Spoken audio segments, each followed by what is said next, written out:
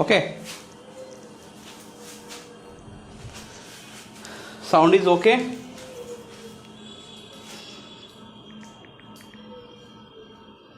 এবার তো সাউন্ড ওকে নাকি ইনশাল্লাহ?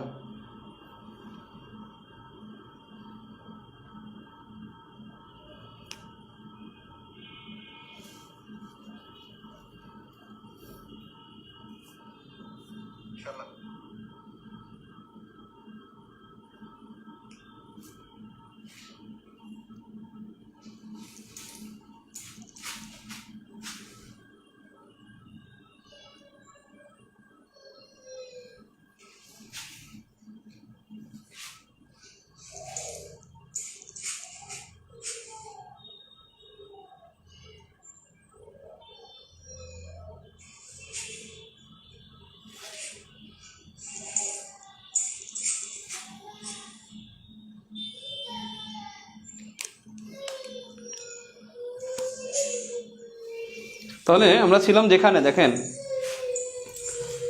তো প্রবক্তা স্পাইকম্যান, এটার প্রবক্তা হলো ম্যাকাইন্ডার, এবং এখানে চিত্রটা এরকমের, চিত্রটা হলো এরকমের, এটা ধরেন ইউরোপ,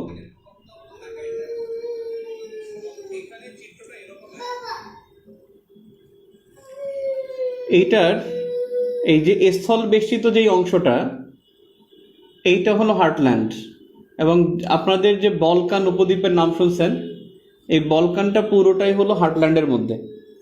আর এই যে দেশগুলো যেগুলো সমুদ্র আছে পাশে, এগুলো সব হলো রিমল্যান্ড। মানে বিষয়টা হলো যে ওনরা বলতেছে যে, স্পাইকম্যান বলতেছে যে রিমল্যান্ড, এটা যেই দেশটা রিমল্যান্ড তারা সবচেয়ে বেশি শক্তিশালী হয়, বিশেষ করে যেমন জার্মানি, ইউকে, ফ্রান্স, এরা সবচেয়ে শক্তিশালী, রাশিয়া।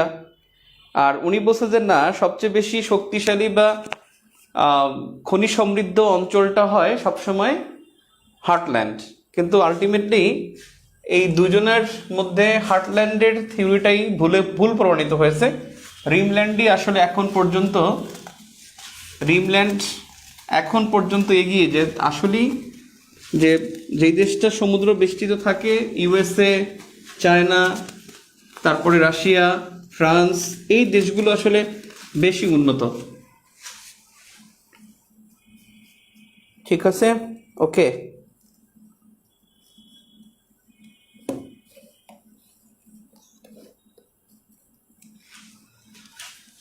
রাষ্ট্রে কিছু ধারণা আছে, যেমন শূন্য রেখা।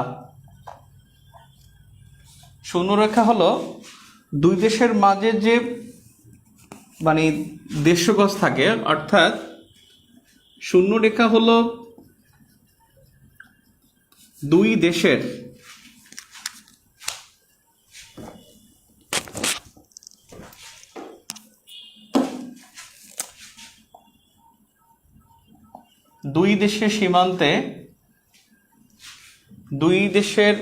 সীমান্তের মধ্যবর্তী দেশগজ। দুই দেশের সীমান্তের মধ্যবর্তী দেশগজ, অর্থাৎ সীমান্ত যদি এইটা হয়, এই আমি বুঝাচ্ছি, এটা হলো বাংলাদেশ, এটা মিয়ানমার, এই হলো সীমান্ত, এটাই জিরো লাইন বা শূন্য রেখা। এখান থেকে 150 গজ, এই 150 গজের মধ্যে কোনো স্থাপনা নির্মাণ করা যাবে না। এখান থেকে 150 গজ, এই 150 গজের মধ্যে কোনো, অর্থাৎ 150 300 গজ, এই জায়গায় মাঝখানে কোনো স্থাপনা নির্মাণ করা যাবে না, স্থাপনা হবে না।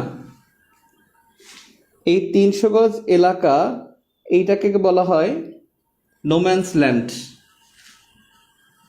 নো ম্যানস ল্যান্ড অর্থাৎ শূন্যরেখা হলো দুই দেশের সীমান্ত রেখা, ভুল হয়েছে, সীমান্ত রেখা। এটা হলো দুই দেশের সীমান্ত রেখা হলো শূন্য রেখা। আর এই শূন্য রেখার এখানে 150 গজের মধ্যে কোনো স্থাপনা হবে না, এখানেও স্থাপনা হবে না।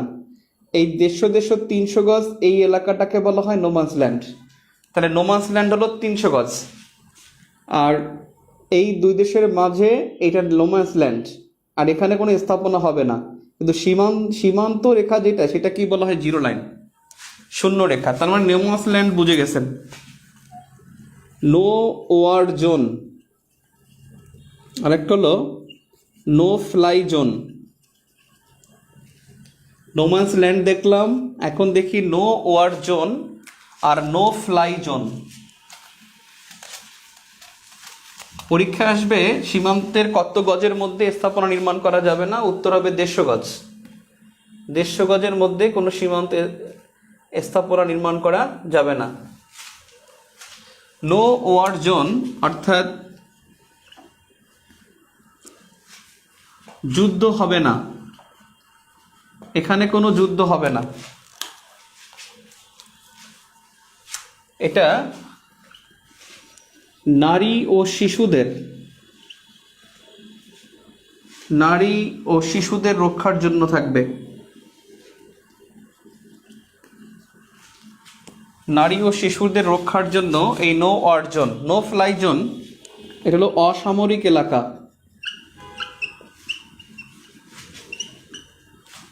সামরিক বিমান নিষিদ্ধ, সামরিক বিমান নিষিদ্ধ।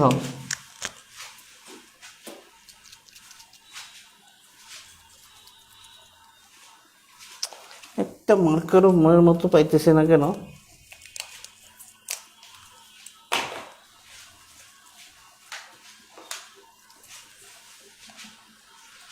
No war zone, no fly zone.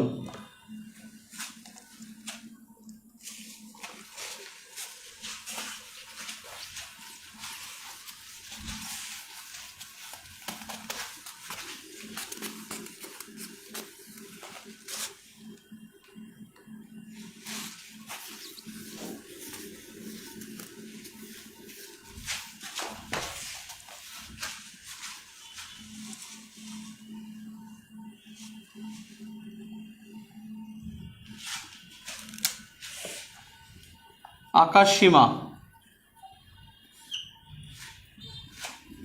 ভূমি থেকে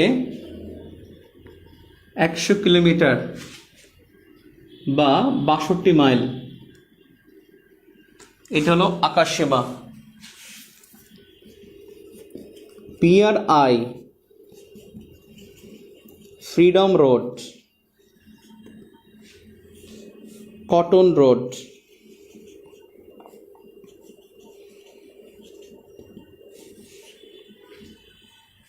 BRI belt and road initiatives, চীনের অর্থনৈতিক করিডর। চীনের অর্থনৈতিক করিডর BRI, এটা 2013 সালে গ্রহণ করা হয়, 2013। ফ্রিডম রোড ভারতের অর্থনৈতিক ভারত ও জাপানের, ভারত প্লাস জাপানের অর্থনৈতিক করিডর। কটন রোড এটা শুধু ভারতের অর্থনৈতিক রোড, ভারতের অর্থনৈতিক রোড। এটা ভারত মহাসাগরে, ভারত মহাসাগরীয় অঞ্চল। তাহলে ভারত মহাসাগরীয় অঞ্চলে হলো কটন রোড, আর ফ্রিডম রোড হলো ভারত ও জাপানের যৌথ অর্থনৈতিক করিডর।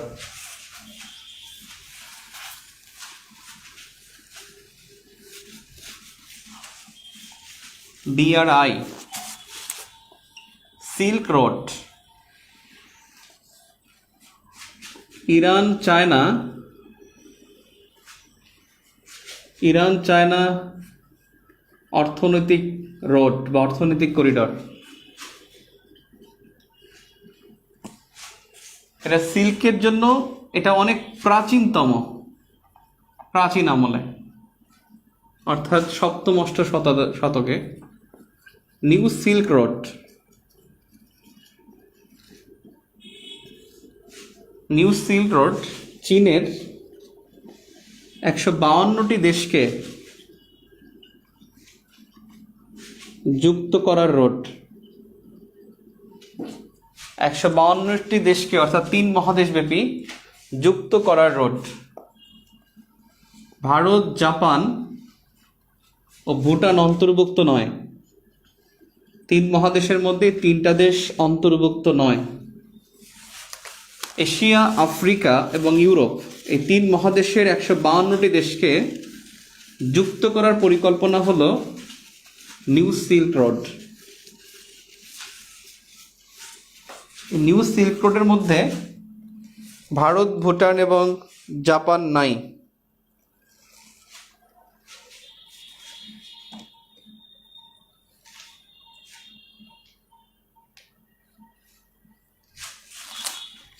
এরপর আছে রিং রোড। এটার অপর নাম হলো লিংক রোড। সবচেয়ে বেশি পরিচিত রিং রোড নামে। এটা বাংলাদেশ এবং মিয়ানমারের মাঝে, বিডি মিয়ানমারের মাঝে, বাংলাদেশ এবং মিয়ানমারের মাঝে হলো রিং রোড অথবা লিংক রোড। এবং এটা মাদকের জন্য কুখ্যাত। মাদকের জন্য কুখ্যাত।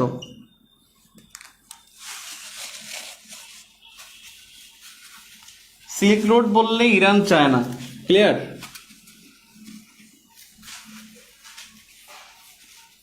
আর যদি বলে নিউ সিল্ক রোড তাহলে 152 দেশে যুক্ত করার রোড। 3টি দেশ এটা ত্যাগ করেছে, অর্থাৎ ভুটান, ভারত এবং জাপান। পরীক্ষার সময় কিন্তু খেয়াল রেখে উত্তর করতে হবে। রিং রোড বাংলাদেশ এবং মিয়ানমার। মাদকের জন্য কুখ্যাত। মাদকের জন্য 3টা এলাকা কুখ্যাত। একটা হলো ক্রিসেন্ট, অর্থাৎ গোল্ডেন ক্রিসেন্ট। আর একটা হলো গোল্ডেন ট্রায়াঙ্গেল। আর একটা হলো গোল্ডেন ওয়েস। গোল্ডেন ওয়েস কথা একটা মনে রাখবেন, ক্রিসেন্ট এখানে কিন্তু এন আছে। এখানেও 3টা দেশের শেষে এন আছে। ক্রিসেন্ট এন দিয়ে পাকিস্তান, আফগানিস্তান অ্যান্ড ইরান, এই 3 দেশের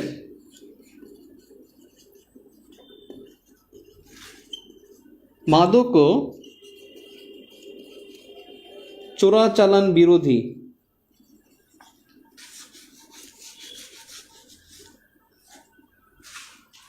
তিন দেশের মাদক ও চোরাচালান বিরোধী, আর চোরাচালান বিরোধী না, দুঃখিত, চোরাচালানের অভয়াশ্রম,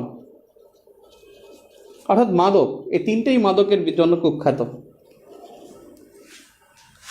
গোল্ডেন ট্রায়াঙ্গেল এখানে মনে রাখবেন এল আছে, তার মানে এর মধ্যে আছে কে? মালয়েশিয়া, এর মধ্যে আছে থাইল্যান্ড, লাওস আর আছে মিয়ানমার। এই 3 দেশের সংযোগ স্থলে এই গোল্ডেন ট্রায়াঙ্গেল। ক্রিসেন্ট কি দেখেন, এদিক থেকে হলো এটা পাকিস্তান, এদিক থেকে এদিকে হলো আফগানিস্তান, আর এদিকে হলো ইরান। এখানে এটা কিন্তু ক্রিসেন্টের মতো হয়ে যায়। এদিক থেকে এদিকে মানে এই জায়গাটা, এদিকে ইরান, তার মানে হিসাব করলে এটা কিন্তু একটা ক্রিসেন্টের মতো, মানে একটা চাঁদের মতো। ক্লিয়ার? এই রকমের, এই জন্য একে বলা হয় গোল্ডেন ক্রিসেন্ট। এটা আফগানিস্তান, পাকিস্তান, এটা হলো ইরান। আর এখানটা হলো একটা ট্রায়াঙ্গেল, কারণ এদিকে হলো মিয়ানমার, এদিকটা মিয়ানমার, আর এদিকটা হলো থাইল্যান্ড, আর এদিকটা হলো লাওস, এদিকটা হলো লাওস। এবং এখানে একটা ত্রিভুজের মতো, এই যে ত্রিভুজের কোণ দেখা যাচ্ছে, তার মানে এইটা হলো ক্রিসেন্ট, লাওস, মিয়ানমার এবং হলো থাইল্যান্ড। Golden triangle. গোল্ডেন ওয়েস হলো BD, Nepal, India. BD, Nepal, India, এই 3 দেশের এটা হলো গোল্ডেন ওয়েস। অর্থাৎ এটা যদি বাংলাদেশ হয়, এটা যদি নেপাল হয়, আর এটা যদি ইন্ডিয়া হয়, এই জায়গাটা। আর এই 3 দেশের মাদক অঞ্চল হলো গোল্ডেন ওয়েস। আর অনেক আগে বাংলাদেশের বলা হতো গোল্ডেন ভিলেজ। আপনারা অনেকেই নাম শুনছেন। গোল্ডেন ভিলেজ কুষ্টিয়ায় গাঁজা উৎপাদনকারী 26টি গ্রামকে বলা হতো, এখন আর বলা হয় না, এখন গাঁজা চাষ নিষিদ্ধ। কুষ্টিয়ায়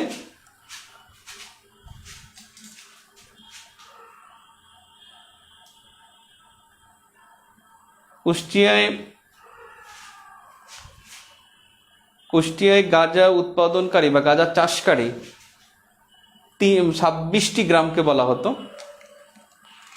26টি গ্রামকে বলা হতো গোল্ডেন ভিলেজ।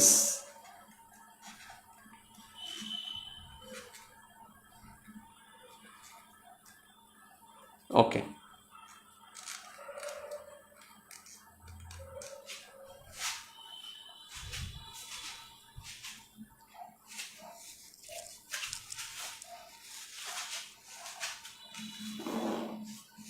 বাংলাদেশে একটা আছে উখিয়া, এটাকে বলা হয় ইয়াবা পয়েন্ট। উখিয়া এটা হলো ইয়াবা পয়েন্ট, দুই দেশের মাঝে, বাংলাদেশ এবং মিয়ানমার। ইয়াবা পয়েন্ট। উখিয়া হলো কক্সবাজার।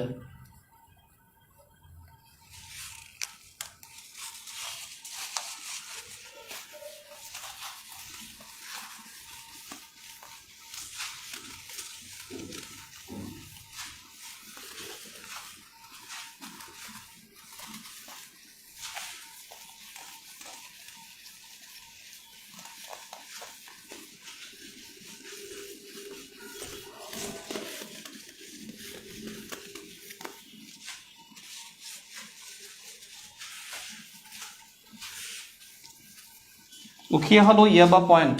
ওকে, বাফার জোন আছে। বাফার জোন হলো দুটি সংঘাতময় অঞ্চলের মধ্যবর্তী অঞ্চল। সংঘাতময় অঞ্চলের মধ্যবর্তী অঞ্চল, এরকম বাফার স্টেট আছে। বাফার স্টেট, যেটাকে বাংলায় বলে সংঘর্ষ নিবারক রাষ্ট্র। সংঘর্ষ নিবারক রাষ্ট্র, এটা হলো দুটি সংঘাতময় রাষ্ট্রের মাঝে নিরপেক্ষ রাষ্ট্র, নিরপেক্ষ ও দুর্বল রাষ্ট্র। অর্থাৎ সংঘাতময় হলেই সেই রাষ্ট্রটা কিন্তু মাঝখানে থাকলেই বাফার স্টেট হবে না, তাকে নিরপেক্ষ হতে হবে এবং দুর্বল হতে হবে। একই সাথে নিরপেক্ষ, একই সাথে হতে হবে দুর্বল। এই দুইটা হলেই তাকে বলা হবে buffer state. Clear? Buffer zone, buffer state.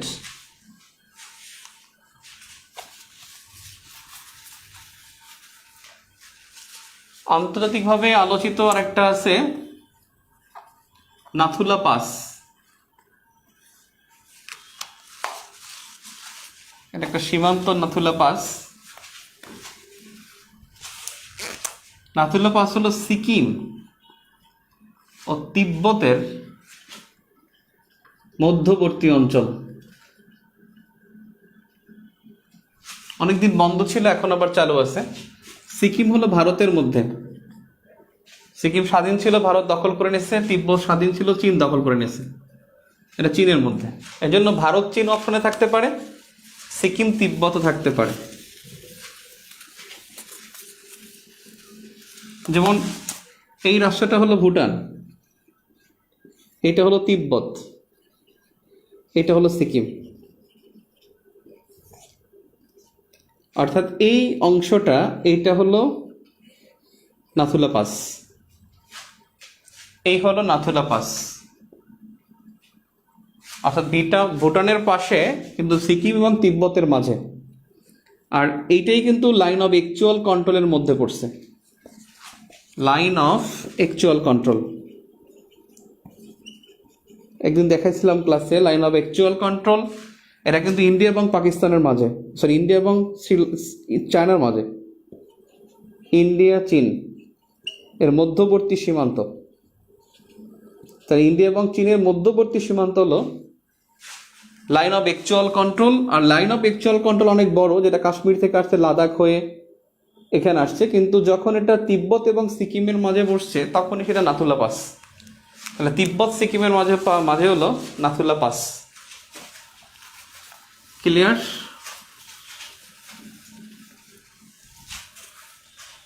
এবারে চিকেন নেক।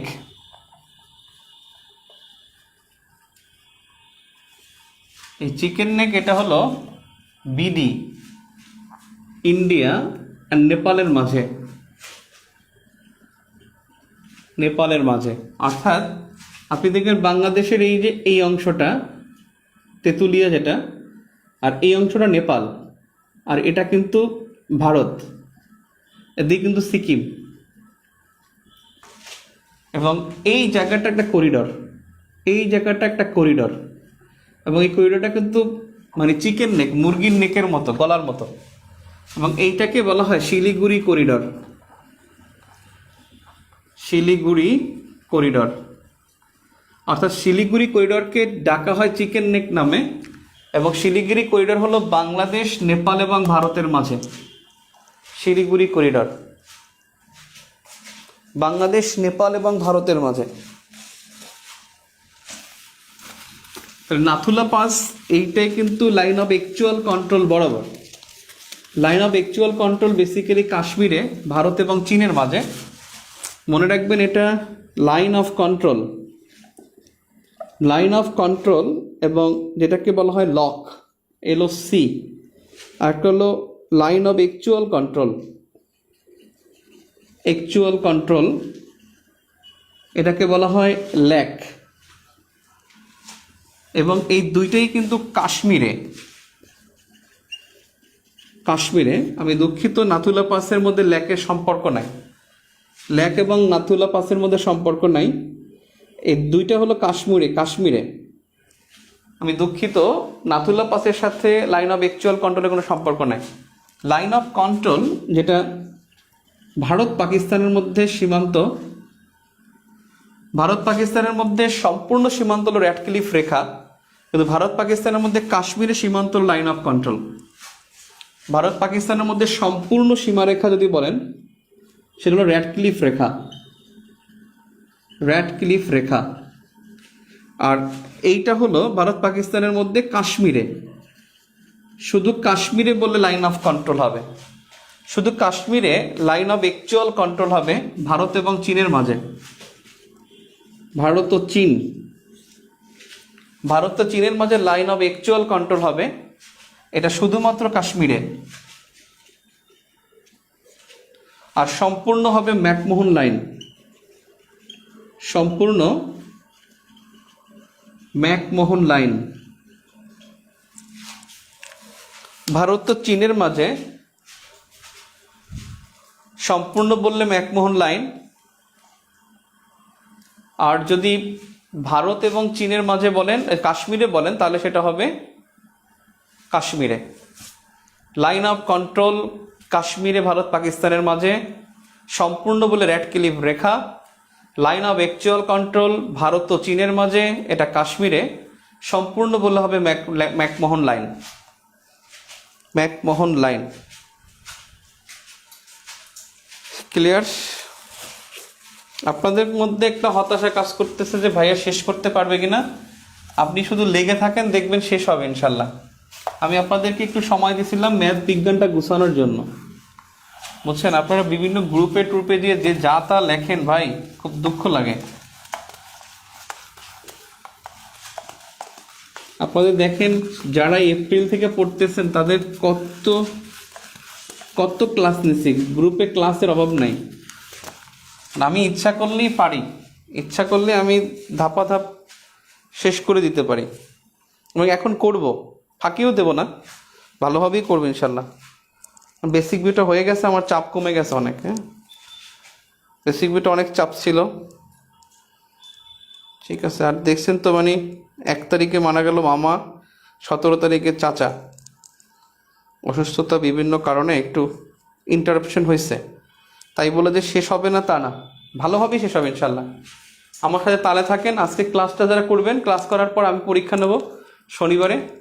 বেসিক ভিউ পাওয়ার পর দেখবেন যে আরও কমপ্লিট হয়ে যাবে ইনশাল্লাহ, বুঝছেন। কিন্তু আপনারা দোহাই বিভিন্ন গ্রুপে লেখে না, খুব ডিমোটিভেট হয়ে যায়, বুঝছেন। আপনারা যখন বিভিন্ন গ্রুপে নানান কথাবার্তা বলেন, খুব ডিমোটিভেটেড হয়। মানে আপনারা মনে করেন যে আপনাদেরই মনে হয় যে ফ্যামিলি আছে, আমাদেরও কিন্তু ফ্যামিলি আছে, আমাদেরও ফ্যামিলি আছে, আমাদেরও ফ্রেন্ড সার্কেল আছে, আমাদেরও বাপ মা ভাই বোন আছে, তারা কিন্তু বিষয়গুলো দেখে এবং খুবই আমাদেরকে খুব মানে বিষয়টা যে খুবই আমাদেরকে ডিমোটিভেট তারাও করে। ঠিক আছে। আমি তো টোটালি পড়াইতেই আর চাচ্ছি না, যারা পড়াবোই না। মানে এতটা বাজে একটা এমব্রেসিং সিচুয়েশনের মধ্যে আপনারা ফালান, খুব খারাপ লাগে। হয়তো ক্লাস করেন, নয়তো আপনার ব্যর্থতার দায় আমার উপর চাপায়েন না ভাই, এটা দোহাই।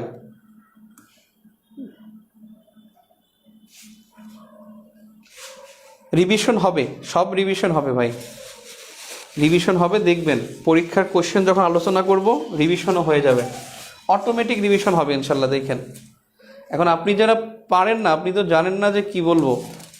যারা পারে তারা কিন্তু পারে, যে ওই পারে না, পড়তে পারে না, ও পড়ে না, যে ওর জন্য যে কি সমস্যা তার কোনো ইয়াত্তা নাই। এবার দেখেন গুরুত্বপূর্ণ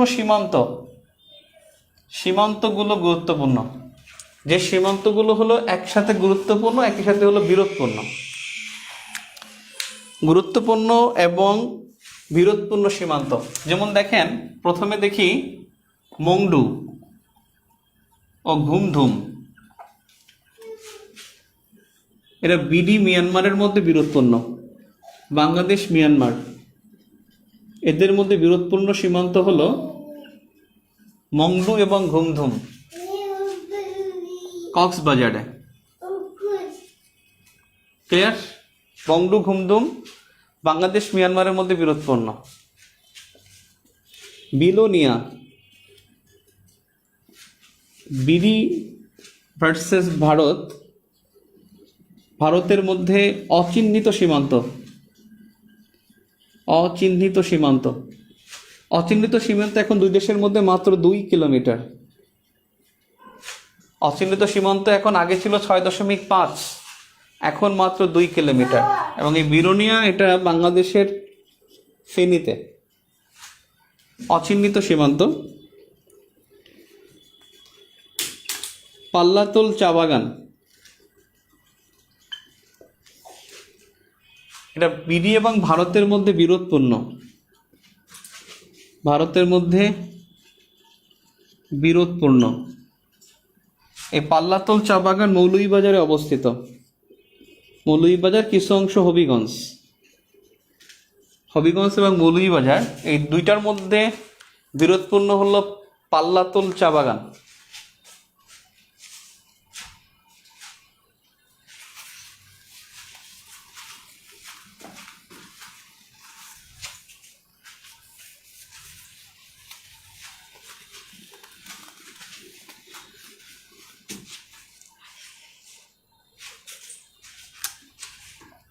এরপর হলো কার্গিল।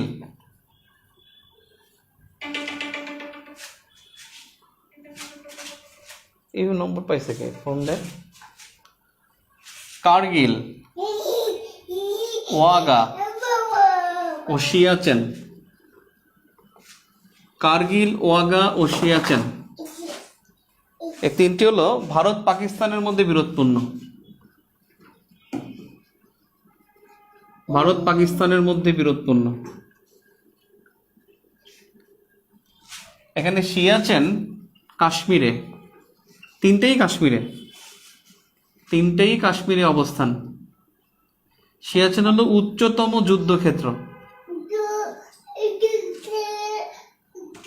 ভারত এবং পাকিস্তানের মধ্যে উচ্চতম যুদ্ধক্ষেত্র হলো সিয়াচেন। কার্গিল অস্ত্র সজ্জিত সীমান্ত। দুই দেশের মধ্যে সবচেয়ে অস্ত্র সজ্জিত সীমান্ত হলো কার্গিল। এই কার্গিল নিয়ে যুদ্ধ হয়েছিল 1999-এ, 1999 সালে যুদ্ধ হয়। এই যুদ্ধের সময় কিন্তু পারভেজ মোশাররফ ক্ষমতায় আসে এবং নওয়াজ শরীফ তিনি দুবাইতে ছিল, উনি আসতেছিল। পারভেজ মোশাররফ এই যুদ্ধের সময় তিনি ক্ষমতা নিয়ে ওই বিমানই তাকে পাঠাই দিছে নওয়াজ শরীফকে, আর ঢুকতে দেয়নি। এই ওয়াগা সীমান্ত এটা হলো বিরোধপূর্ণ বাংলাদেশ ভারত এবং পাকিস্তানের মধ্যে।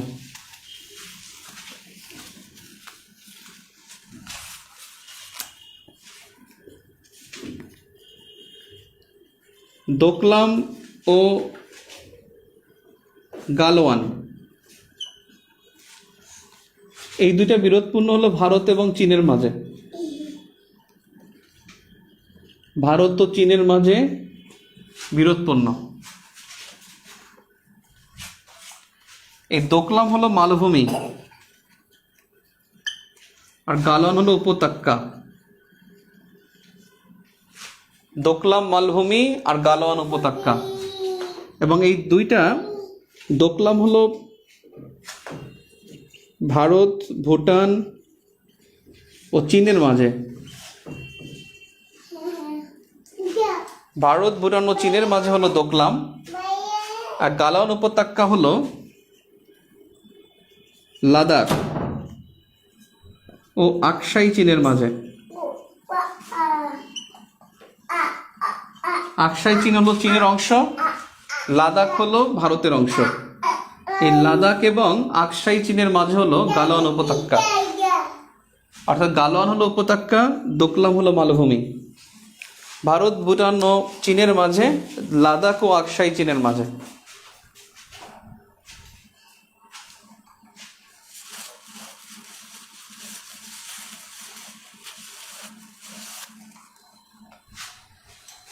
আমি আপনাদেরকে একটা কথা বলি, যারা শুধুমাত্র খুঁজবেন যে ভাই বিভিন্ন গ্রুপে, আমি তো অভিজ্ঞতা ভাই 14 বছর অভিজ্ঞতা কিন্তু কম না।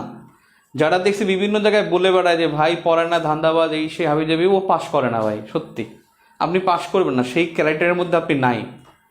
পাশ করলে আমাকে এসে বললেন যে ভাই আমি পাশ করছি, আমি আপনাকে গালিগালাজ করছি বা সবাইকে গালিগালাজ করে আমি আসছি, কারণ সে তো পড়তে পারে না, সে তো ওই সময় ওই কাজটা করে। আপনি যখন এত বড় একটা পোস্ট লেখেন আমার বিরুদ্ধে, আপনি এই সময়টা কিন্তু আপনি কয়েকটা অঙ্ক করতে পারতেন, কয়েকটা বিজ্ঞান পড়তে পারতেন, কারণ আপনি কিন্তু এটা ফাঁকি দিয়ে এই কথাগুলো লিখতেছেন। এবং এখন হচ্ছে যে আমার নিরাপত্তার কারণে এবং একটা তাল পাইছেন না, বলতেছে যে আমি বলি একটু 41তমতে যারাই এই কাজগুলো করছে ওরা পিলিতে ফেল করছে, আর যারা নীরবে সুন্দর করে কোনো কমেন্ট নাই ক্লাস করছে 41তমতে যারা ক্লাস করছেন। আমি লাস্ট ক্লাসটা নিয়েছিলাম সংবিধান, 40 মিনিটে ক্লাস নিয়েছিলাম এবং এই সংবিধান থেকে 4টা প্রশ্ন কমন পড়ছে। 4টা প্রশ্নই এখানে সংবিধানে ছিল। শর্টকাটে পুরো সংবিধানটা আমি দেখাইছি 40 মিনিটের ক্লাসে। ক্লাসটা যারা করছে তারাও অন্ততপক্ষে এই প্রশ্নগুলো পারছে। সো পড়ার বিকল্প নাই ভাই, এই গল্প আড্ডাবাজি খামাখা পণ্ডিতি কোনো লাভ নাই। ওকে, নেক্সট।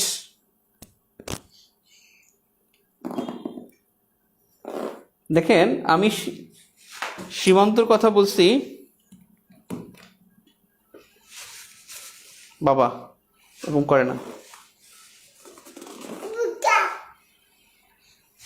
বাবা, প্লিজ। এরপরে গুরুত্বপূর্ণ সীমান্ত বিরোধ সেটা হলো গ্রে জোন।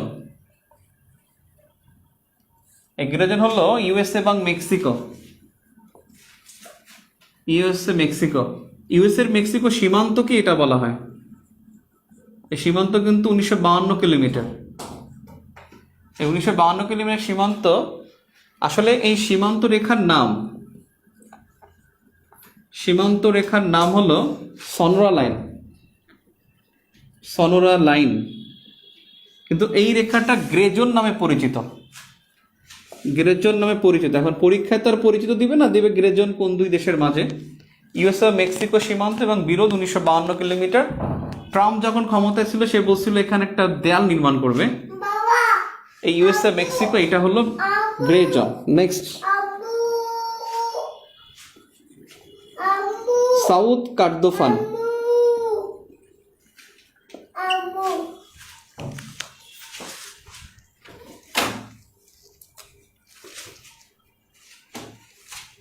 সাউথ কর্দোফান এবং আবি,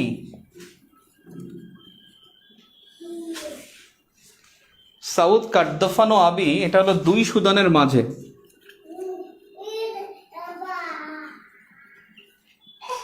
বিরোধপূর্ণ। আবি হলো তেল সমৃদ্ধ, আবি হলো তেল সমৃদ্ধ। বাবা ওদিকে যাও।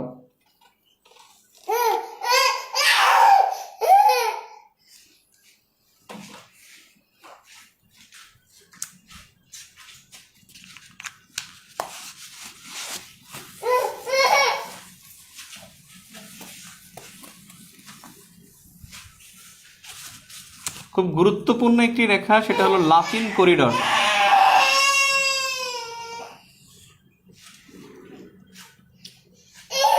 কি আছে? Lachin corridor.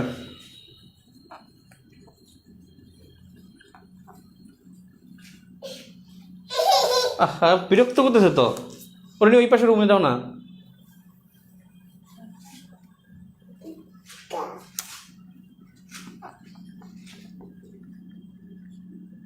নারগানো কারাবাগ ছিটমহলে অবস্থিত।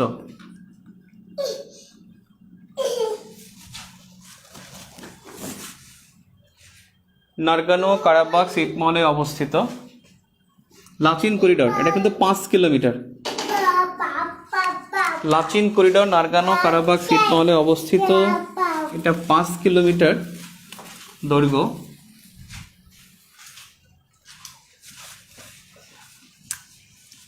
আর নারগানো কারাবাগ এই ছিটমহল এখানে 5 বছরের জন্য স্ট্যাটাস কু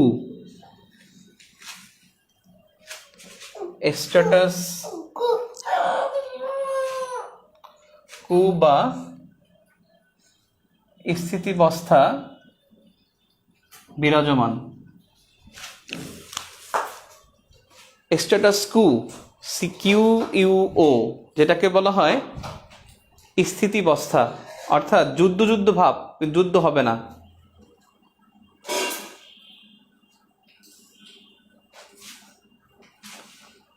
যুদ্ধ ভাব কিন্তু যুদ্ধ হবে না।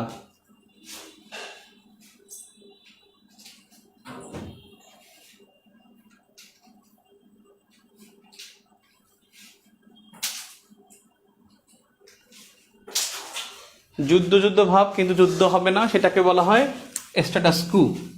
5 বছরের জন্য, এটা খুব গুরুত্বপূর্ণ। 2020 সালে যে চুক্তি হয়, সেই 20 সালের চুক্তি, 2020 সালের চুক্তি, এই চুক্তির শর্ত হলো 5 বছরের জন্য স্থির অবস্থা থাকবে, 5 বছর পরে আবার এখানে আলোচনা বসবে। তবে নারগানো কারাবাগ ছিটমহলটা কি পাইছে? আর্মেনিয়া নাকি আজারবাইজান? অর্থাৎ এটা পেয়েছে কিন্তু আর্মেনিয়া পেয়েছে।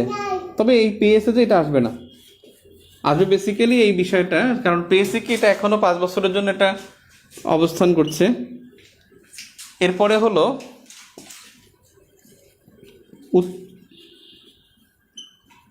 উত্তর ওয়াজিরিস্তান ও খাইবার গিরিপথ,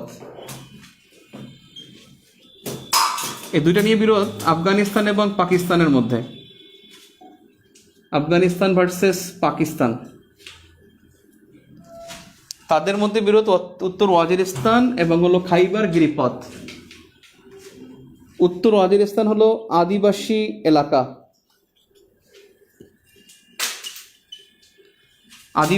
হলো উত্তর ওয়াজিরিস্তান, আর খাইবার গিরিপথ হলো সীমান্ত গিরিপথ। এই দুইটা নিয়ে বিরোধ হলো আফগানিস্তান এবং পাকিস্তানের মধ্যে। এই আফগানিস্তানের পাকিস্তানের মধ্যে সীমান্ত রেখা, ডুরান্ড লাইন, খুব গুরুত্বপূর্ণ এবছর।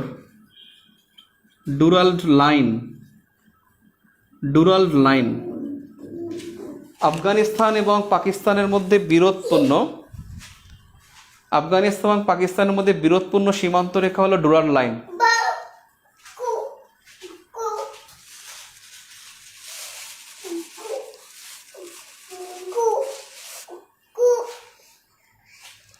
কোলে না বাবা, কাজ করতেছি না। 1 মিনিট ভাই, আমার তো একটা 1 মিনিট 10 সেকেন্ড দাঁড়ান, ওটা মার দিতে হবে।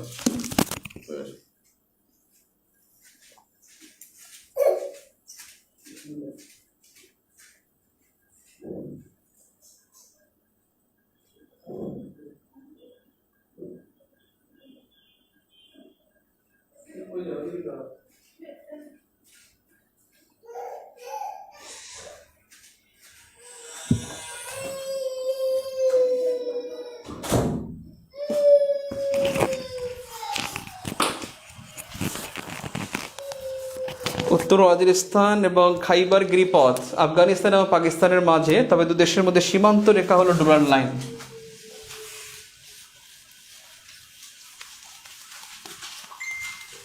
এবার একটা খাটাস আছে, খাটাসটা হলো ইসরায়েল।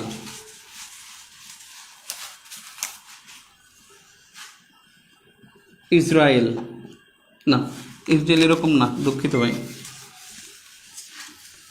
ইসরায়েলটা উল্টাভাবে আঁকি, উল্টোভাবে আঁকবো। হ্যাঁ, এইভাবে আঁকি।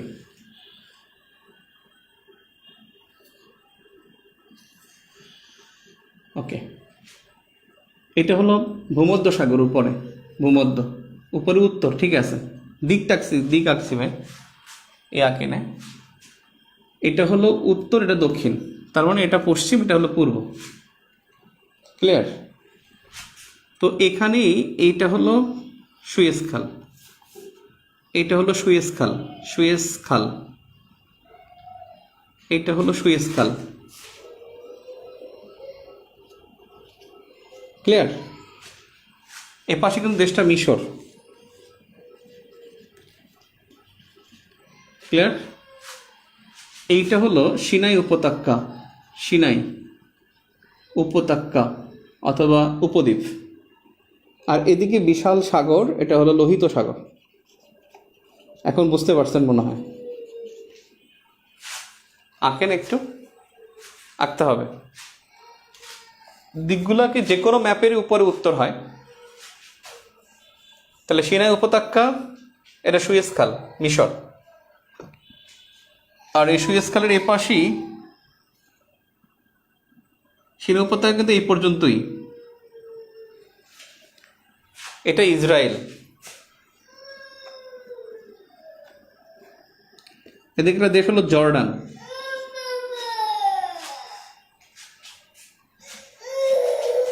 এইটা হলো জর্ডান, এটা হলো সিরিয়া,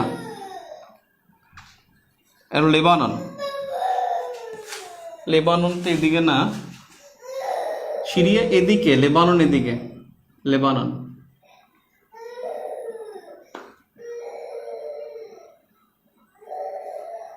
বিষয়টা হলো যে ওর সাথে সবার সাথে বিরোধ।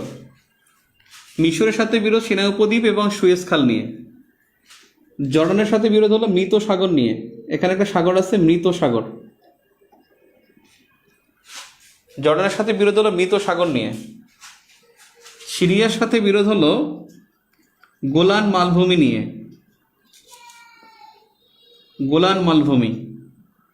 তাহলে গোলান মালভূমি নিয়ে বিরোধ হলো সিরিয়ার সাথে। আর লেবাননের সাথে বিরোধ হলো ওয়াজানি নদী ও বেকা উপত্যকা।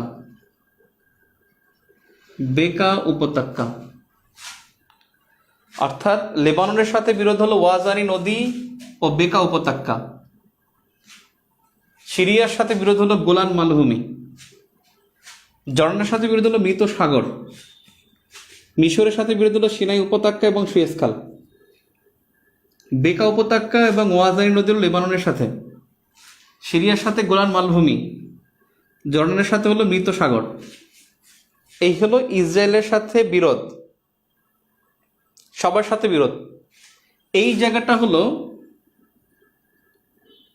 এইটা হলো গাজা, এই গাজা উপত্যকা, এইটা হলো গাজা উপত্যকা। এখানে অল্প একটু ভূমধ্যসাগরের সাথে লেগে আছে, ওরা চায় যে এটা একবার ক্লোজ করে ফেলবে। তাহলে গাজা উপত্যকা এখানে কিন্তু হামাসের দখলে। গাজা উপত্যকা দখল হলো হামাসের 2006 থেকে। আপনাদের এটা বলছিলাম আমি, গাজা উপত্যকা দখল হামাসের, এইটা দখল হলো 2006 সাল থেকে।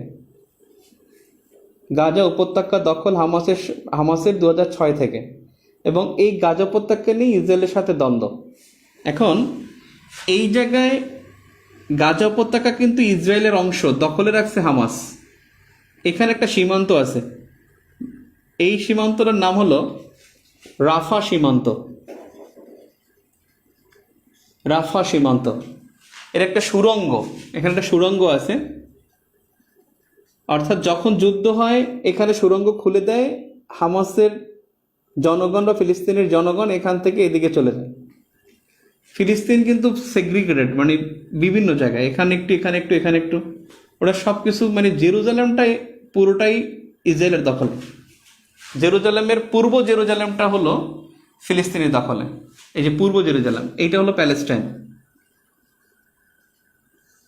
প্যালেস্টাইন বেসিক্যালি পূর্ব জেরুজালেমকে নিয়ে, east Jerusalem, east Jerusalem, J. এখন আমার প্রশ্নের উত্তর দেন দেখি। এখানে একটুখানি বোঝার চেষ্টা করি।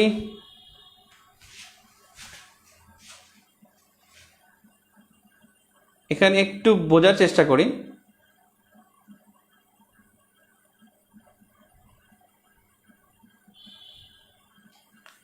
একটু চেষ্টা করি, সেটা হলো বেকা উপত্যকাটা কার সাথে বিরোধ?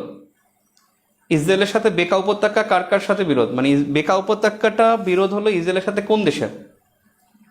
বেকা উপত্যকা, বেকা উপত্যকা কার দখলে?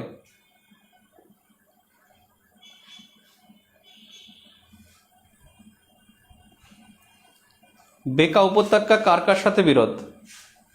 ইসরায়েলের সাথে লেবাননের। Good. Rabiul Islam, Shrabon Megh, Jane Austen, Fatema Jui, Anika Mallik, okay, thank you. পরের প্রশ্নটা হলো যে গাজা উপত্যকা কত সাল থেকে হামাসের দখলে? গাজা উপত্যকা কত সাল থেকে হামাসের দখলে? গাজা উপত্যকা কত সাল থেকে হামাসের দখলে? 2 নম্বর প্রশ্ন, গাজা উপত্যকা কত সাল থেকে হামাসের দখলে?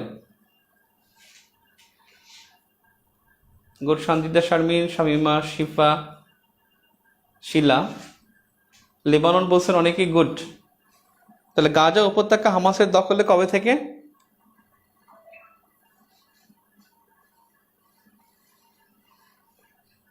উম্মুল খায়ের সনি, গুড। তিনি বলছেন 2006 থেকে। চিবল সাংমা 2006 থেকে। এখন একটা কমন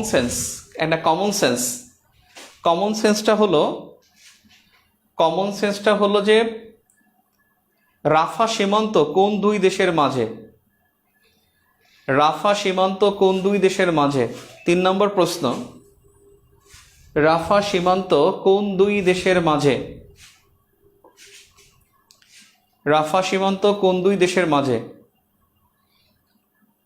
রাফা সীমান্ত হলো মিশর এবং ইসরায়েল। গুড। মিশর এবং ইসরায়েলের সাথে বিরোধ রাফা সীমান্ত। এখন দেখেন, এই ইসরায়েল আর মিশর, তাদের মধ্যে যুদ্ধ 1956 ও 1973। আরব ইসরায়েলের দ্বিতীয় এবং চতুর্থ যুদ্ধ। আরব ইসরায়েলের যুদ্ধ হয় 4টা, তার মধ্যে দ্বিতীয় যুদ্ধ হয়, মানে এই 56 সালে যুদ্ধ হলো আরব ইসরায়েলের দ্বিতীয় যুদ্ধ। 73 সালে যুদ্ধ হলো আরব ইসরায়েলের চতুর্থ যুদ্ধ।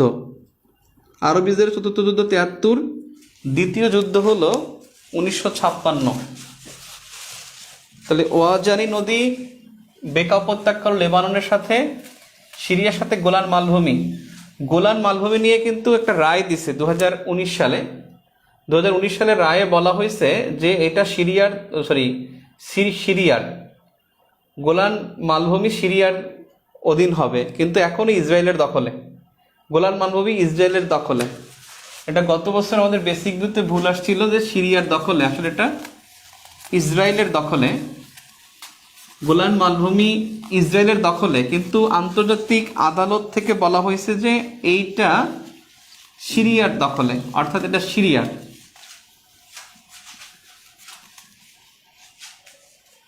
তাহলে ইসরায়েলের সাথে বিরোধ পাওয়া গেল। আমরা সীমান্ত নিয়ে যে বিরোধগুলো আছে সেগুলো দেখলাম। এরপরে হলো কালাপানি, যেটা পরীক্ষা আসছে, আবারও আসতে পারে। এই কালাপানি সীমান্ত হলো ভারত নেপাল, ভারত ও নেপাল। কালাপানি সীমান্ত ভারত এবং নেপাল। ভারত কিন্তু মানে নেপাল কিন্তু এখানে পুরো সীমানা দিয়ে দখল করে ফেলছে।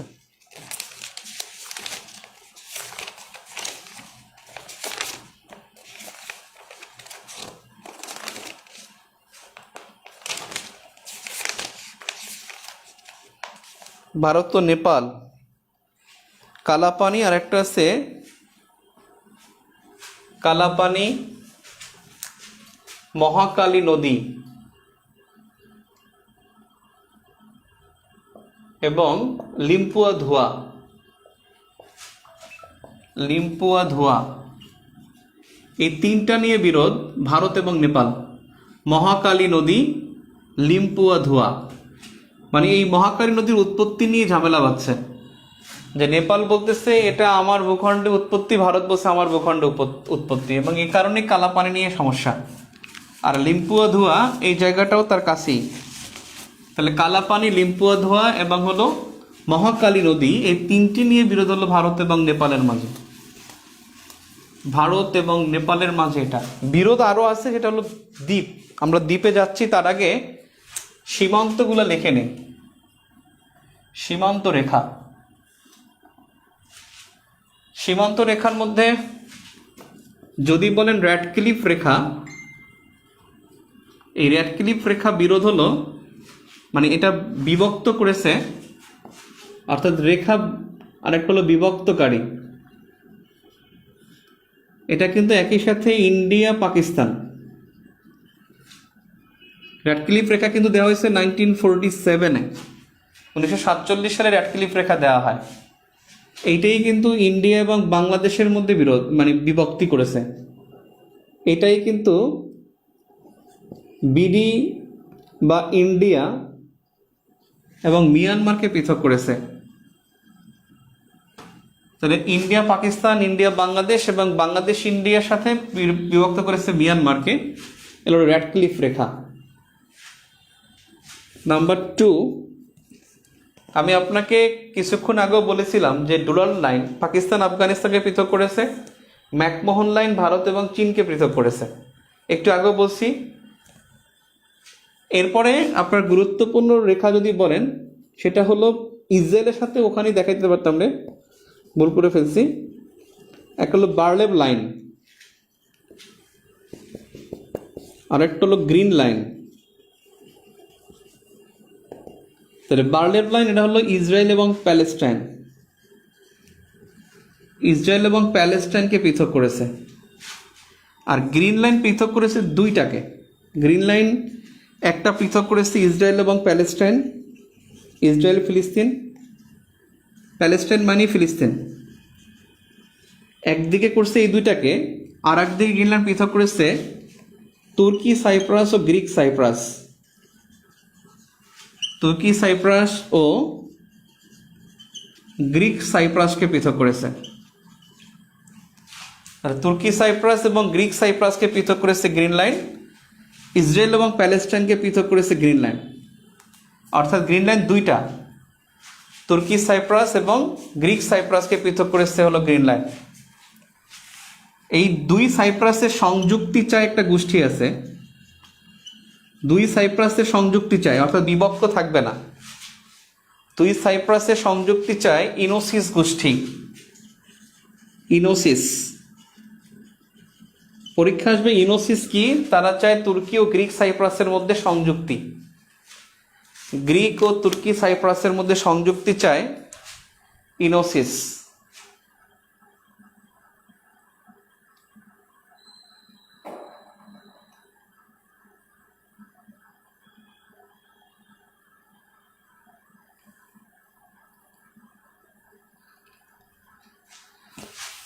আপনার চতুর্থ যে বিমানবন্দর শেখ হাসিনা ঘোষণা করছে কক্সবাজারকে কয়েকদিন আগে, ভাই কয়েকদিন আগে ঘোষণা করছেন। একবার তিনি বক্তব্যে বলছিলেন, কিন্তু রাষ্ট্রীয়ভাবে বলছেন কয়েকদিন আগে। তখন কোশ্চেন বের হয়ে গেছে যেন সৈয়দপুর চতুর্থ আন্তর্জাতিক বিমানবন্দর হবে না, এবং তিনি সৈয়দপুরের কথা বলছে আরো 3-4 বছর আগে, কিন্তু ভুলে গেছে। তার জামাইয়ের নামে করবে এটাও বলছিল, মনে হয় তিনি ভুলে গেছেন। তাহলে গ্রিন লাইন, বারলেভ লাইন, আর একটা হলো ব্লু লাইন। ব্লু লাইন এটা হলো ইসরায়েল লেবানন। ইসরায়েল লেবানন এটা হলো ব্লু লাইন। কে বলতে পারেন ব্লু হাউস কি? এখানে ব্লু হাউস কে বলতে পারবেন দেখি? ব্লু লাইন হলো ইসরায়েল এবং লেবাননের পৃথককারী রেখা।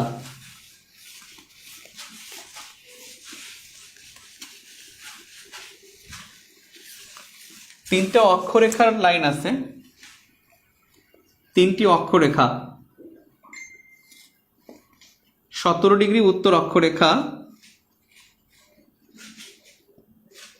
24 ডিগ্রি উত্তর অক্ষরেখা,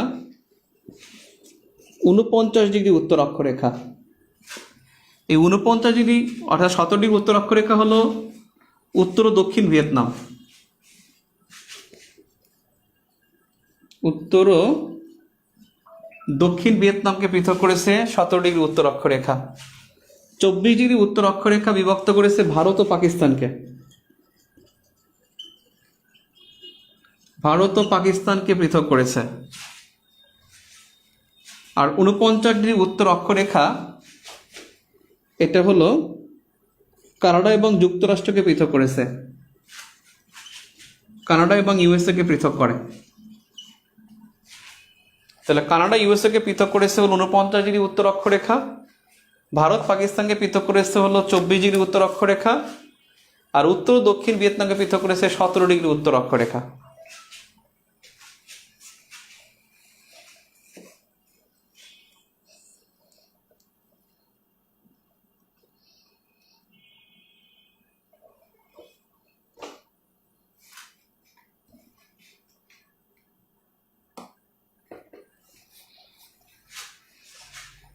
আরেকটা হলো 38 ডিগ্রি উত্তর অক্ষরেখা, হলো উত্তর ও দক্ষিণ কোরিয়া। উত্তর ও দক্ষিণ কোরিয়া চারটি অক্ষরেখা। 17 ডিগ্রি উত্তর অক্ষরেখা, 24 ডিগ্রি উত্তর অক্ষরেখা, 49 ডিগ্রি উত্তর অক্ষরেখা। ইয়েস, ব্লু হাউস দক্ষিণ কোরিয়ার প্রেসিডেন্টের বাসভবন, রাইট। দক্ষিণ কোরিয়ার প্রেসিডেন্টের বাসভবন, সেটা হলো ব্লু হাউস।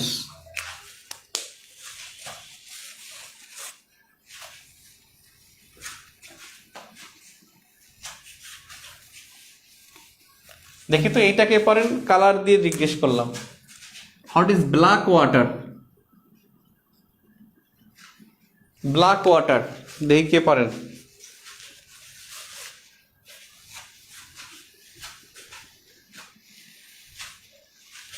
কয়েকটা লাইন আছে।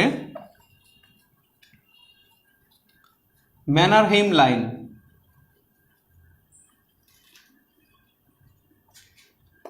ম্যাকনামারা লাইন, ইউএসের পররাষ্ট্রমন্ত্রী ছিল জম্মের জাদ্রেল। Mannerheim line, McNamara line, Siegfried line,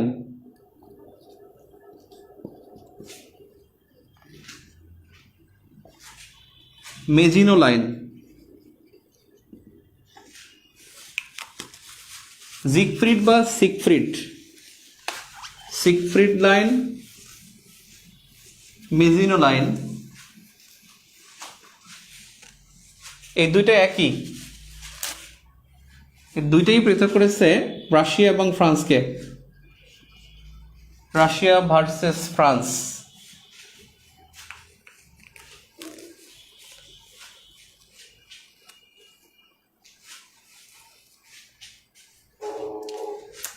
আর একটা তো আছে ম্যাকমোহন, এখানে লিখে দে, মেয়া যত আছে ম্যাকমোহন লাইন।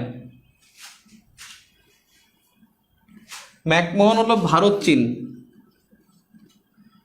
ম্যাকনামারা লাইন হলো দক্ষিণ ও উত্তর ভিয়েতনাম, দক্ষিণ ও উত্তর ভিয়েতনাম।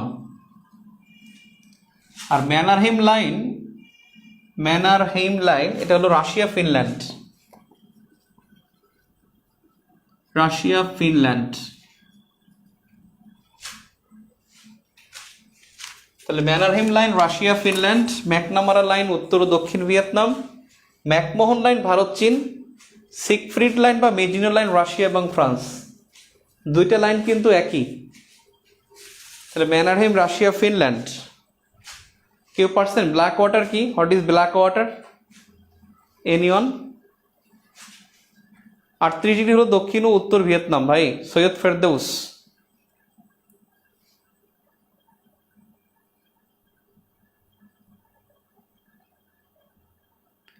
হ্যাঁ রাইট। ইউএস মিলিটারি কি এটা বেসরকারি? হ্যাঁ, নূর মোহাম্মদ আকিব তিনি বলছেন ইউএস প্রাইভেট আর্মি, রাইট। আর বেসামরিক নিরাপত্তা প্রতিষ্ঠান, বেসরকারি, মার্কিন বেসরকারি নিরাপত্তা প্রতিষ্ঠান, বেসরকারি নিরাপত্তা প্রতিষ্ঠান। এর অন্য একটা নাম আছে, ওর নাম হলো একাডেমি, ACADEMI, ওয়াই না, একাডেমি। এর বর্তমান নাম কিন্তু একাডেমি। এই যে ইয়েমেনে সৌদির যে অভিযান চলতেছে সেখানে ব্ল্যাক ওয়াটার আছে, তার নাম একাডেমি। অর্থাৎ এই একাডেমি বর্তমানে আছে ইয়েমেনে সৌদি জোটের হয়ে যুদ্ধরত। তাহলে সৌদি যে জোট আছে সেখানে মার্কিন এই ব্ল্যাক ওয়াটার সে কিন্তু ইয়েমেনে অন্তর্ভুক্ত আছে, ইয়েমেনে সৌদি জোট। লেখা দেখা যাচ্ছে না? আমি তো দেখতেছি।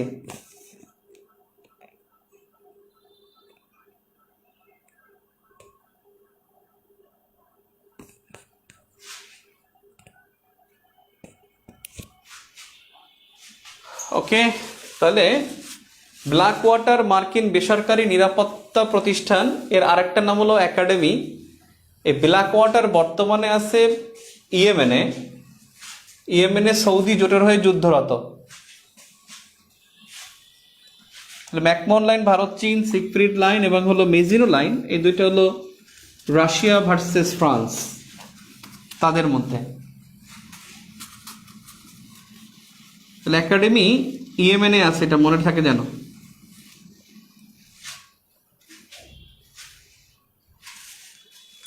এবারে বিরোধপূর্ণ দ্বীপ, বিরোধপূর্ণ দ্বীপ।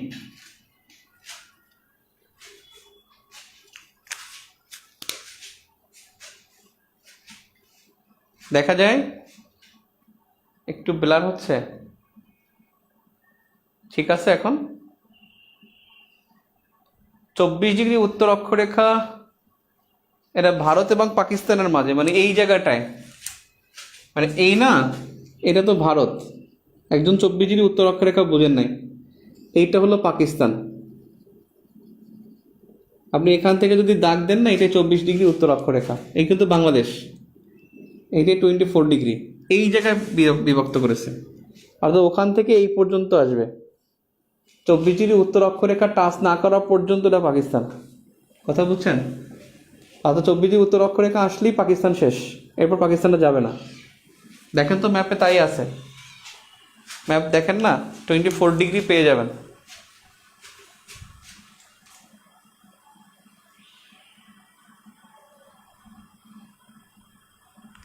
আল্লাহ, রাশিয়া ফ্রান্স বলছি, আমি দুঃখিত।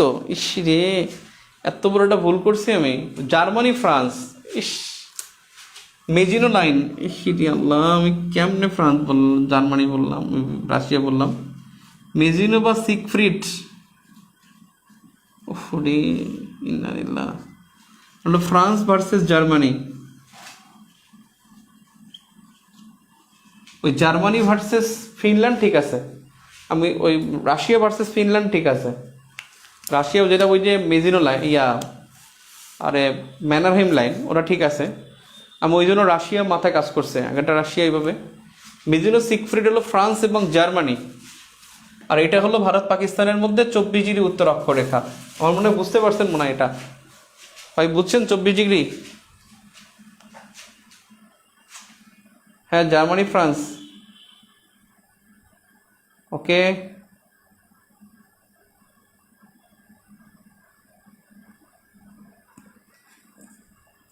হ্যাঁ জার্মানি ফ্রান্স, জার্মানি ফ্রান্স। বিরোধপূর্ণ দ্বীপে আসেন। বিরোধপূর্ণ দ্বীপ যে কয়টা আছে আমি আমার মতো করে আঁকবো, আপনিও কিন্তু আঁকবেন সাথে সাথে। বিরোধপূর্ণ দ্বীপ,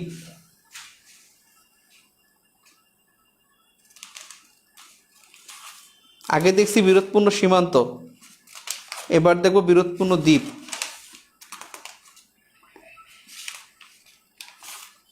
ক্লিয়ার?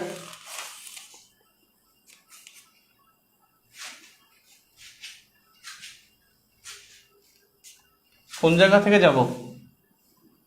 আসি রাশিয়া এবং জাপান থেকে আসি। এটা রাশিয়া, এইটা হলো শাখালিন, আগে লিখি তারপরে। শাখালিন, এটা হলো জাপান। তার রাশিয়া এবং জাপানের মধ্যে বিরোধ হলো শাখালিনকে নিয়ে, আর এখানে একটা দ্বীপ আছে কুরিল, এটা নিয়ে। অর্থাৎ কুরিল এবং শাখালিন, এই কুরিল ও শাখালিন নিয়ে বিরোধ রাশিয়া এবং জাপানের মধ্যে। 1 নম্বর কুরিল ও শাখালিন, কুরিল ও শাখালিন বিরোধ হলো, শাখালিন এবং কুরিল নিয়ে বিরোধ হলো জাপান এবং রাশিয়ার মধ্যে। এটা দখলে হলো রাশিয়ার, আমি যার মাথায় টিক দিব তার দখলে। নাম্বার 2, এটা হলো চীন, এটা হলো জাপান। এই জায়গায় হলো সেনকাকু,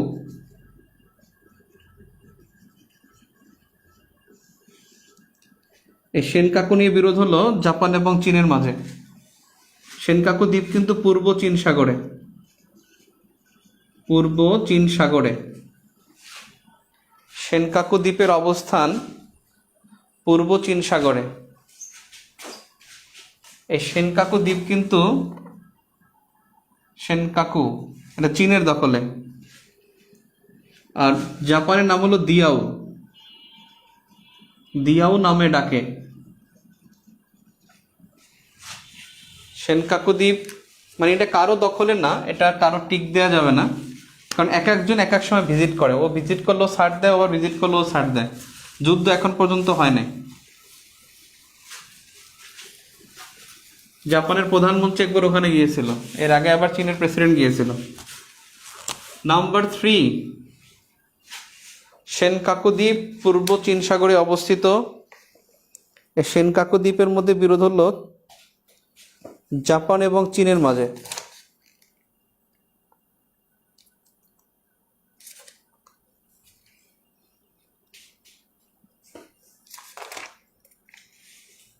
এরপরে হলো নানশা দ্বীপপুঞ্জ, নানশা দ্বীপপুঞ্জ। এ পাশে চীন আর এখানে দক্ষিণ কোরিয়া, এই জায়গায় নানশা। দখলে চীন, চীন এখানে পরীক্ষা চালায়, বিভিন্ন অস্ত্রের পরীক্ষা চালায়, দক্ষিণ কোরিয়া তাকায় থাকে। নানশা দ্বীপপুঞ্জ খুবই গুরুত্বপূর্ণ। চীন এবং দক্ষিণ কোরিয়ার মধ্যে বিরোধ। নাম্বার 4,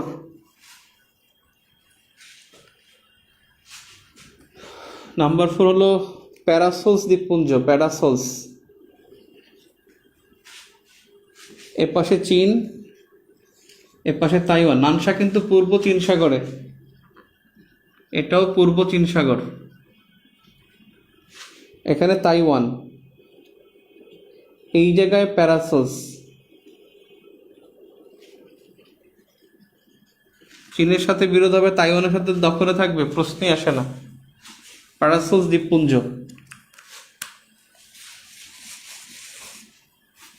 নানশা দ্বীপপুঞ্জ ইম্পর্ট্যান্ট, চীন এবং দক্ষিণ কোরিয়ার মধ্যে বিরোধ। নানশা পূর্ব চীন সাগরে অবস্থিত। নাম্বার 5, স্পার্টলি দ্বীপপুঞ্জ, সেদিনও দেখাইছিলাম। এইটা হলো চীন, এইটা হলো স্পার্টলি। এই পূর্ব চীন সাগরে কিন্তু প্যারাসোলস, পূর্ব চীন সাগরে। এখানে হলো ফিলিপাইন,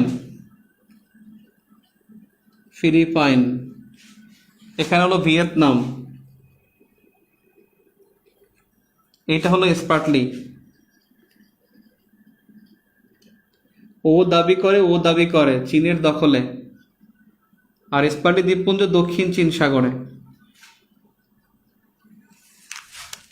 ভিয়েতনাম এবং ফিলিপাইন দাবি করে, কিন্তু দখলে হলো চীনের। স্পার্টলি দ্বীপপুঞ্জ ভিয়েতনাম এবং ফিলিপাইন দাবি করে, কিন্তু দখলে হলো চীনের। চীনের দখলে স্পার্টলি দ্বীপপুঞ্জ।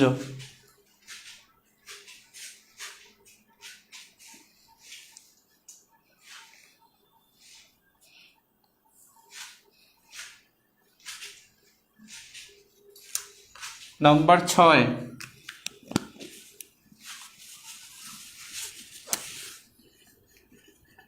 মান্নার দ্বীপ।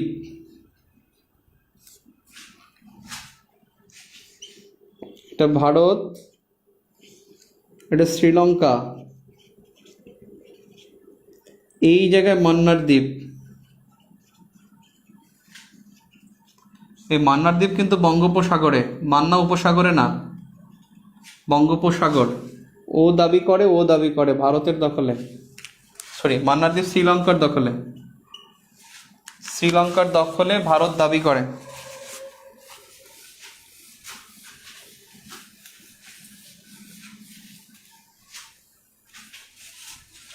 নাম্বার 7, আবু মুসা দ্বীপ।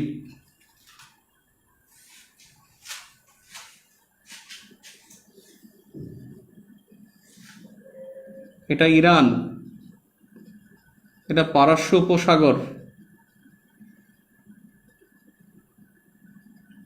ইরান পারস্য উপসাগর। এখানে ইউএই মানে সংযুক্ত আরব আমিরাত। এই জায়গায় আবু মুসা দ্বীপ, আবু মুসা দ্বীপ। এটা পারস্য উপসাগরের মধ্যে পড়ছে, ইরানের দখলে। যার মাথায় টিক তার দখলে। আবু মুসা দ্বীপ পারস্য উপসাগরে, ইউএই এবং ইরানের মাঝে, দখলে হলো ইরানের। 8 নম্বর, হানিস দ্বীপপুঞ্জ। হানিস, আবার হানিফ দিয়েন না। এখানে হলো, এটা আফ্রিকা মহাদেশ। আফ্রিকার এই জায়গায় যে দেশটা, এর নাম ইরিত্রিয়া। IRI, Eritrea.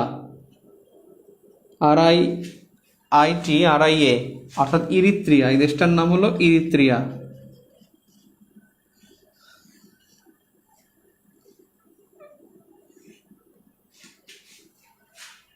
এখানে যে দেশটা, তার নাম ইয়েমেন। এটা হলো ইয়েমেন, এটা ইরিত্রিয়া। এটা হলো রেড সি বা লোহিত সাগর। এই জায়গাটা হলো লোহিত সাগর। আর এখানেই একটা দ্বীপপুঞ্জ, তার নাম হানিস দ্বীপপুঞ্জ। হানিস, হানিস দ্বীপপুঞ্জ, এটা দখলে যে কার এটা আমার খেয়াল নাই ভাই, এটা একটু দেখবেন প্লিজ। আপনারা সার্চ দিয়ে পারলে এখনই কেউ দেখে একটু জানাবেন, তারপর আমি আরেকবার দেখে চেক করে আপনাকে বলবো যে ঠিক আছে, বা আমাকে ইনবক্সে বললেন। এটা আমি ভুলে গেছি, এখন আমার মনে নাই, মানে ভুলে গেছি কি আমি খেয়ালই করিনি যে এটা জানতে হবে, এটা খেয়াল নাই আমার। হানিস দ্বীপপুঞ্জ ইরিত্রিয়া এবং ইয়েমেন, হানিস দ্বীপপুঞ্জ ইরিত্রিয়া এবং ইয়েমেন।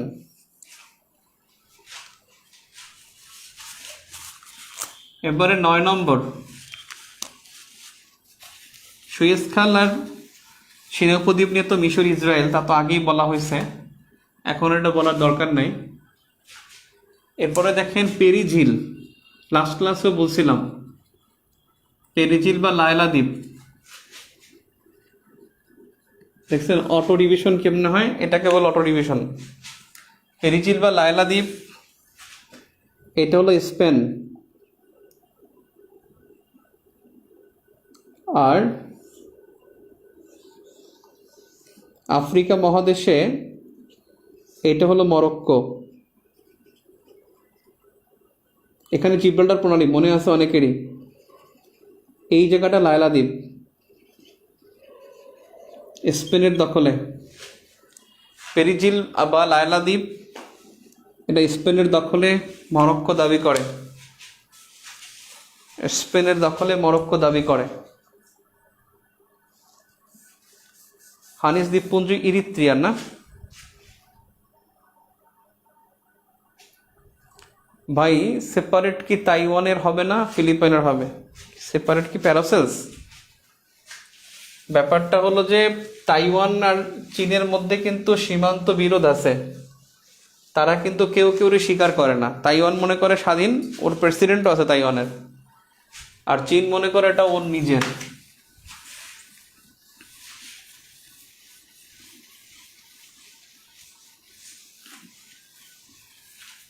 পেরি ঝিল বা লায়লা দ্বীপ গেল, কত নম্বর ছিল এটা, 9 নাকি 10 নম্বর?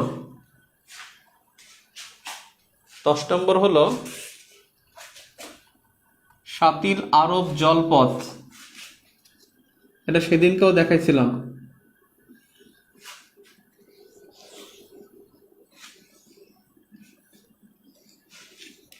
এটা পারস্য উপসাগর, এটা ইরান, আর এটা হলো ইরাক। এখানে 2টা নদী আসছে, লাস্ট ক্লাসও আমি দেখাইছিলাম, কোন ক্লাসে যেন দেখাইছিলাম। এই যে এটা হলো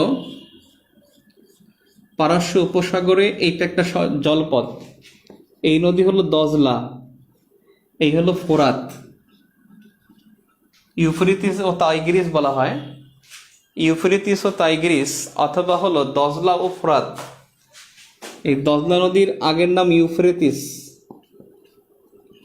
আর ফোরাতের আগের নাম তাইগ্রিস।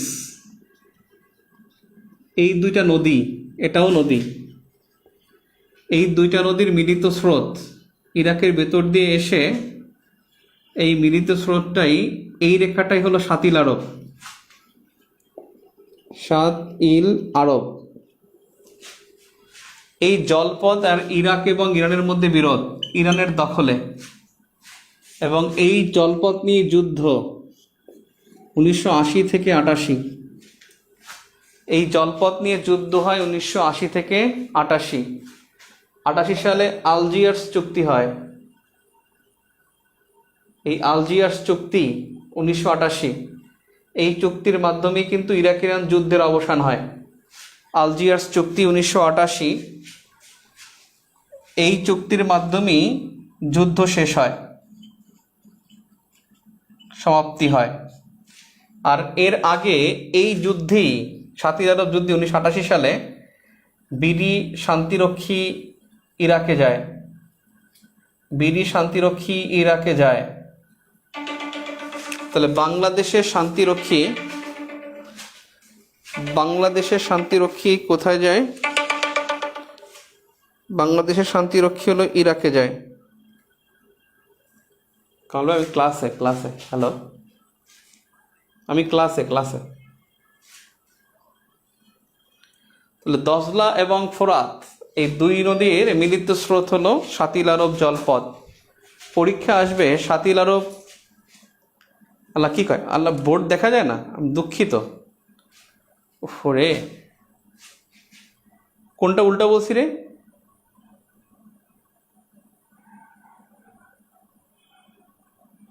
কোনটা উল্টা বলছি রে ভাই?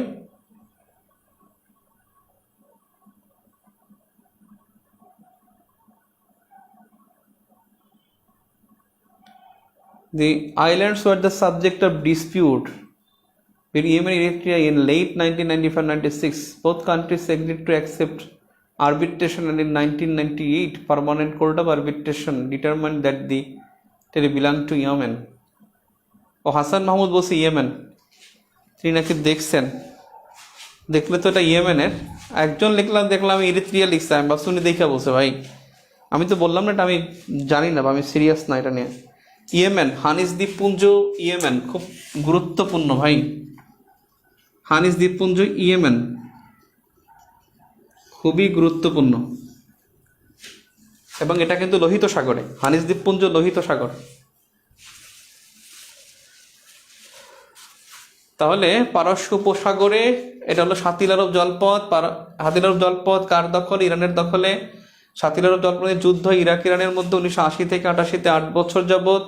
এই যুদ্ধ বন্দী শান্তিরক্ষী মিশনে যায় ইরাকে বাংলাদেশের সেনাবাহিনী 15 জন সেনা গেছিল। 15 জন সেনা 88 সালে ইরাকে যায়, এবং সেই যুদ্ধটার যেই মিশনটা যায় সেই মিশনের নাম ইউনিমগ। মিশনের নাম হলো UNIIMOG. United Nations Iraq Iran military observer group. United Nations Iraq Iran military observer group. United Nations Iraq Iran military observer group.